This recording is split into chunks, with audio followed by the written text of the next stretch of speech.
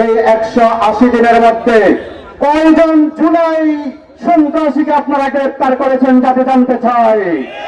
এই জুলাই সন্ত্রাসীরা জুলাই যোদ্ধাদেরকে হত্যা করতেছে, আর আপনারা বসে বসে আইনের ব্যাখ্যা করেন এবং অপদস্থ স্বরাষ্ট্রমন্ত্রীর পদত্যাগ চাই আমরা। আপনারা আজকে সারা দেশের আইন শৃঙ্খলার প্রতিনিয়তই অবনতি ঘটতেছে, আর আপনারা বসে বসে 180 দিন উদযাপন করেন। এটা এই জাতির সাথে এই 24 পরবর্তী বাংলাদেশের সাথে একটা গাছদারি ছাড়া আর কিছু হতে পারে না।